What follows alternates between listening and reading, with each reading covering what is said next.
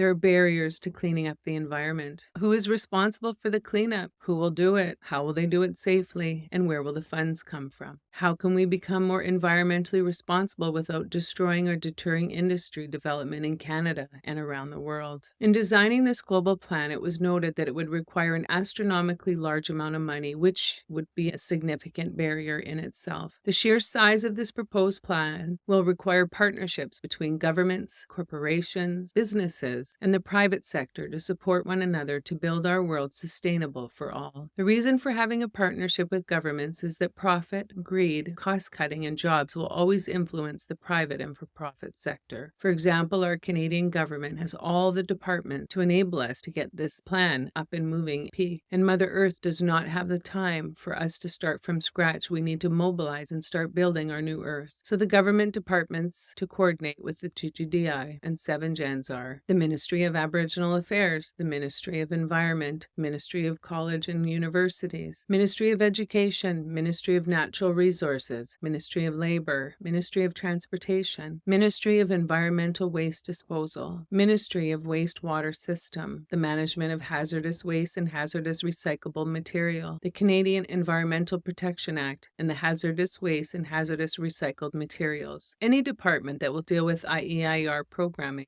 local cities, towns, garbage collections and recycle programs, local and provincial recycle programs already out there, i.e. Green for Life. Any business or program that's already doing this cleanup, how can our finances enhance what they are already doing? How can we adapt what we are doing currently and match to where we're moving towards? Provide a wage for the level of risk they are taking to clean up our environment. We need to change the lens in how we look at things and how we look at garbage of all kinds. We need to stop thinking it's impossible and realize that the faster we take responsibility and admit that we need to act now on cleaning up our environment, the better chance of humanity surviving this tsunami coming from global warming. Stop looking at someone to start the process because it's not happening, and stop thinking garbage is gross and something to be avoided. It is inevitable, and we need to be responsible for it. Changing the focus, being responsible for our next generations. Realize that everyone on Earth is responsible for the garbage being collected, but they are also the solution. Expand the garbage recycle compost program and do greater sorting at the source. All plastic should be sorted. There should be no plastic put in the earth, period. And label all carcinogenic causing and hormone altering plastics as an environmental toxin requiring immediate removal and proper storage. Sort according to how it can be broken down and safely made into another product, from our hardest plastic to our soft plastics such as saran wrap and plastic bag. Design a plan that enables everyone to have easy access to dumping their recycle. The more we sort at the source of the garbage, the less we must do at the sorting plants. Sort all metals, tins, wood, etc. to be processed down to be stored in containers above ground or broken down in a form for resale, easy transport or storage. Grind glass down to sand or in a form for resale. Make it illegal or closely regulate a product that cannot be safely recycled or that is hazardous to the health of people, mammals, and the environment. How is the plan designed and why can it be adopted by any country? I watched world news and read articles on the stock market. I watched programs and read articles regarding underdeveloped countries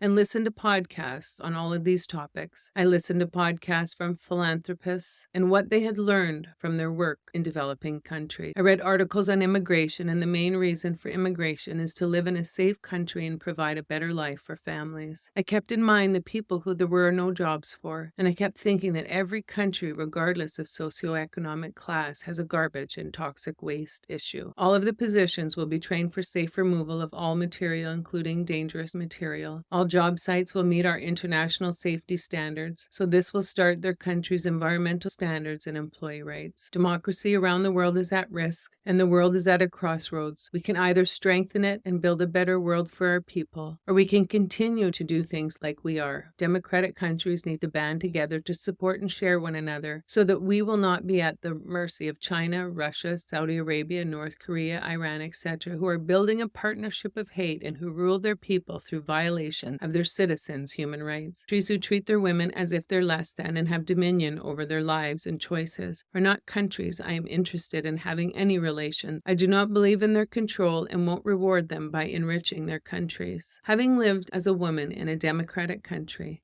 I would not wish communism or authoritarian government on my daughter or anyone else's daughters, wives, mothers, sisters, aunts, or nieces. This plan is designed for democratic countries to build a network of job sharing, technology, healthcare, and security so that our future generations of women and girls will be safe and secure in a healthy country.